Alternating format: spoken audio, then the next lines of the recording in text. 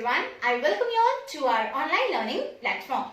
आज के video lesson में हम देखेंगे पॉलिटिकल पार्टीज चैप्टर का नेक्स्ट टॉपिक जो कि है challenges to political parties. Hopefully last lesson में जिसमें मैंने नेशनल पॉलिटिकल पार्टीज और स्टेट पॉलिटिकल पार्टीज के बारे में बताया था वो आपको अच्छे से क्लियर हो गया होगा। तो चलिए आज का लेसन हम लोग स्टार्ट करते हैं। स्टार्ट करने से पहले एक इंपॉर्टेंट इंफॉर्मेशन, इस लेसन को प्लीज केयरफुली अटेंटिवली सुनिएगा क्योंकि एग्जाम के पॉइंट ऑफ व्यू से ये आज का जो लेसन है वो बहुत इंपॉर्टेंट है क्योंकि एग्जाम में डायरेक्ट क्वेश्चन पूछता है इस टॉपिक से। तो चलिए आज का लेसन हम लोग स्टार्ट करते हैं। कुल 4 चैलेंजेस हैं मेजर जो कि कोई भी पॉलिटिकल पार्टी फेस करता है। ये 4 ऑब्स्ट्रक्शंस क्या क्या हैं हम लोग इस वक्त एक एक करके इसे डील करेंगे। पहला ऑब्स्ट्रक्शन है आपका lack of internal democracy in political parties. Political parties के अंदर ही डेमोक्रेसी देखने को नहीं मिलती है जबकि पॉलिटिकल पार्टी डेमोक्रेसी के पहिया हैं। इवन दो बट मैम आप ये कैसे कह रही हैं कि नहीं मिलती हैं? तो see I do have a valid reason. पहली बात, नॉर्मली देखने को मिलता है पॉलिटिकल पार्टी में हर एक मेंबर के पास पावर नहीं होता है। जो सिर्फ टॉप लीडर्स होते हैं उन्हीं के पास सारे पावर्स होते हैं, पार्टी के सारे डिसीजंस वही लेते हैं। इनफैक्ट जो ऑर्डिनरी मेंबर्स होते हैं उनको तो पार्टी में क्या हो रहा है कुछ पता ही नहीं चलता है और ना ही उनके पास इतना पावर है कि वो जो भी डिसीजन लिया जा रहा है पार्टी में उस डिसीजन को इन्फ्लुएंस कर सके। दूसरा, पार्टी के अंदर में इलेक्शन होता ही नहीं है।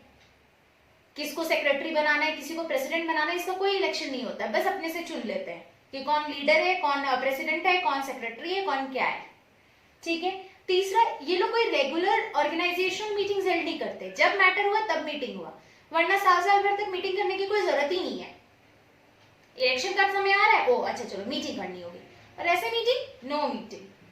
सो ये रेगुलर मीटिंग्स नहीं होता है। नेक्स्ट आपका इंपॉर्टेंट है कि इन लोगों ने कोई भी रजिस्टर मेंटेन नहीं करके रखा है मेंबरशिप का, कौन मेंबर है कौन मेंबर नहीं है, नो नथिंग इज देयर। और इस केस कई बार ऐसा भी देखा जाता है क्योंकि पावर गिने चुने लीडर्स के हाथों में ही होता है और होता क्या है कोई ऑर्गेनाइजेशनल मीटिंग्स हो नहीं रही है तो ये और ज्यादा पावरफुल हो जाते हैं गिने चुने लीडर्स और ये लोग पूरे तरीके से पार्टी को कंट्रोल करने लगते हैं और सारा डिसीजन पार्टी के नाम पे खुद लेने लगते हैं।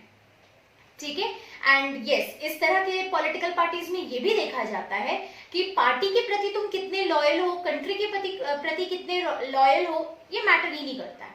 हाँ, लीडर के कितने बड़े चमचे हो वो जरूर मैटर करता है। जितने बड़े चमचे हो गए उतने तुम्हारा इन्फ्लुएंस पार्टी में बनने लगेगा। क्लियर? और इस कारण से ये भी होता है कि अगर किसी का पॉलिसीज वगैरह थोड़ा डिफरेंट होता है ना तो वो भी इंट्रोड्यूस नहीं कर पाते हैं। कोई छोटे मोटे ऑर्डिनरी मेंबर्स डिसीजंस को इन्फ्लुएंस नहीं कर पाते। तो ये पहला चैलेंज है। दूसरा चैलेंज है आपका चैलेंज ऑफ डायनेस्टिक सक्सेशन।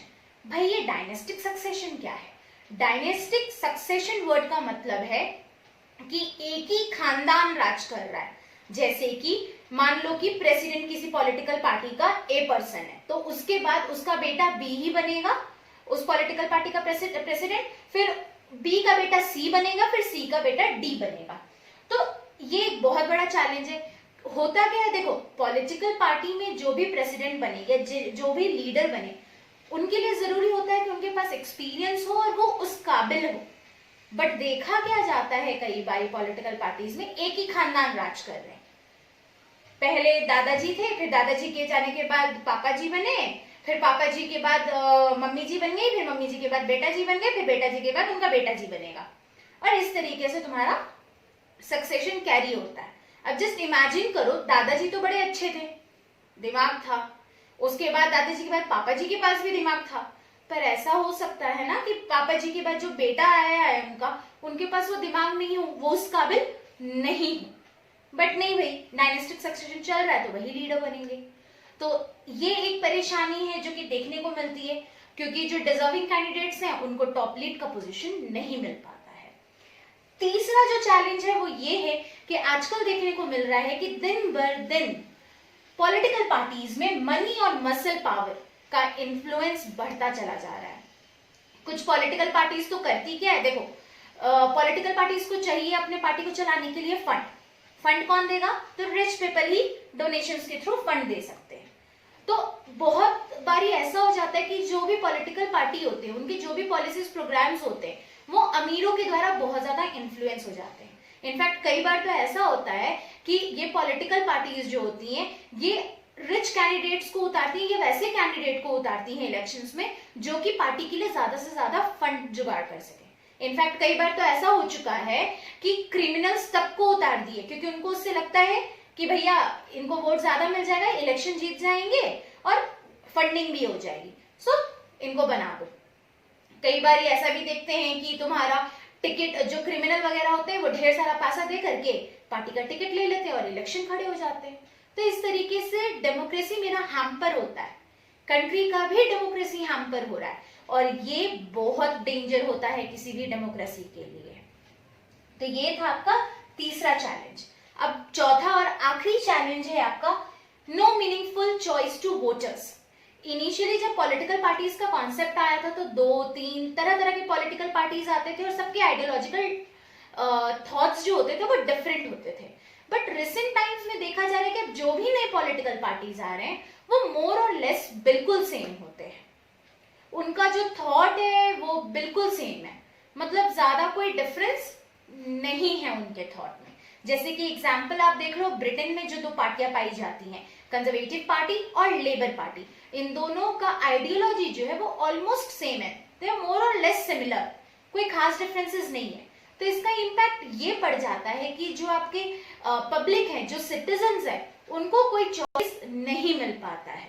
साथ ही साथ सेम लगभग आइडियोलॉजीज है, उसके बाद लीडर्स भी जो होते हैं ना वो चेंज होते रहते हैं। मतलब कि मान लो अभी वही सेम लीडर इस पार्टी में, तो कुछ दिन बाद वो दूसरे पार्टी में आ गया, तो ऑब्वियस सी बात है हम इस पार्टी को चुने या उस पार्टी को चुने, अल्टीमेटली मेरे लीडर वही बनेंगे।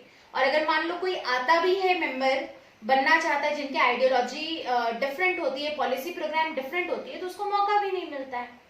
तो ये भी एक तरह का